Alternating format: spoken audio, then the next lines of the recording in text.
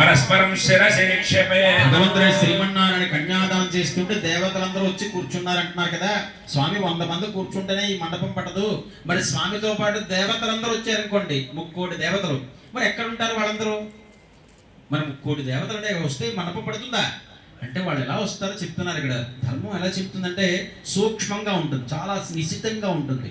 దాన్ని పట్టుకోవాలి. ఎలా చెప్తున్నారంటే వాయాన్ గాలి రూపంలో వస్తారటండి, లేదా వాయసాన్ పక్షుల రూపంలో ఉంటారు, మానవాన్ మానవ రూపంలో వస్తారు. వచ్చి కూర్చుంటారు. ఒకరే అన్ని దేవతల యొక్క స్వరూపం ఒక రూపంగా మారిపోతుంది. వచ్చి కూర్చుంటారు. వాళ్ళు కూర్చొని వాళ్ళు ఏం చేస్తారు? కన్యాదానం చూస్తుంటారా? నిత్యం వాళ్ళు ఎక్కడ సేవిస్తుంటారు కదా.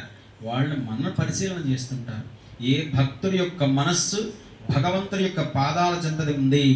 అనన్యాశ్చింతయంతో మాం ఏ జనా పర్యుపాసతే. ఏ చింతన లేకుండా భగవంతుని మాత్రమే ఆశ్రయించే వాడి యొక్క మనస్సు ఎవరైతే ఉంటుందో వారికి ఆ దేవతలందరూ వరాలను ఇస్తాడు. అయితే దేవతల్లో ఈశానుడు వచ్చారనుకోండి. ఈశాన్య గజ్జి చెప్పారు మన ప్రతిష్టా మహోత్సవంలో. ఆచార్య స్వామి చెప్తారు, జాగ్రత్తగా వినండి.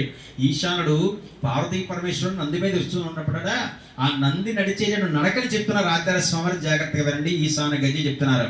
హరి ఓం నట నపటు హిత పట హ చెట్టు కృతి వేదికా